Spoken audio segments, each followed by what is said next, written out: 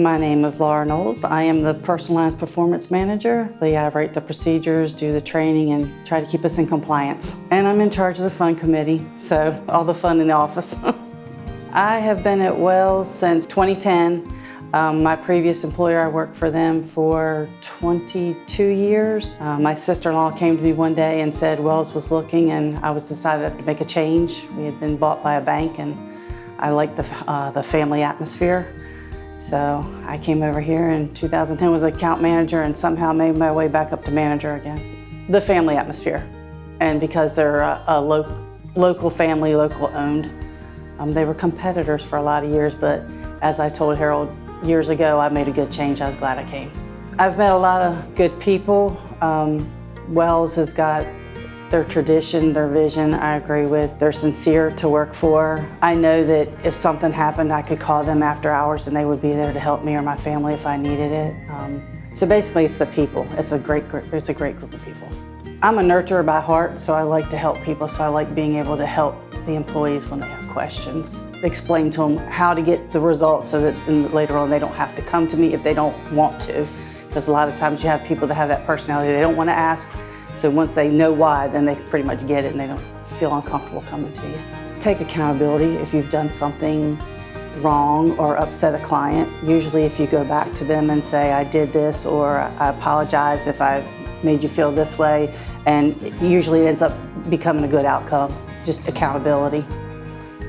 The most memorable would be, and I can't remember the year, but I know it was in the 90s, and it was in March. It was the no-name storm, and we got up on a Saturday morning, and it was just like it is now, a little bit of wind. I took my grandmother out to eat, and by the time we were done lunch, we had hurricane force winds coming through the town with no warning. So basically, that weekend we were in the office handling a hurricane that we didn't know was coming. I think it was a nor'easter, but the way it came through, that's one of my most memorable.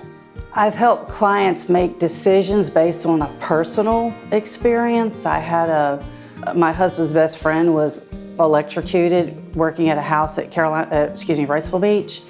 And so I've been able to explain to clients the necessity for liability insurance and the higher amounts because that homeowner was held accountable for something they didn't do that ultimately ended in a death. And so using that personally, if you have something personal to add to it, they tend to trust you more and agree with what you're saying. Well, I'm a new grandmother, so I've got a 1-year-old and a 4-week-old, so right now I like spending time with the 1-year-old. So I have her tomorrow night, so I'll probably come and work Friday with no sleep, but that's okay. That's a good question. I've supported St. Jude's for years as one of those monthly supporters. Really anything dealing with children. I like to help kids. If we're not there for them, then no one's there for them, so. Really anything. I don't have a specific favorite one, I could say, but St. Jude's probably the one that I've contributed to the most. The top of my bucket list is cheesy. I want to go to British Columbia. I'm a Hallmark junkie, and everybody laughs at me, and it's just so pretty up there, so I just want to go see it.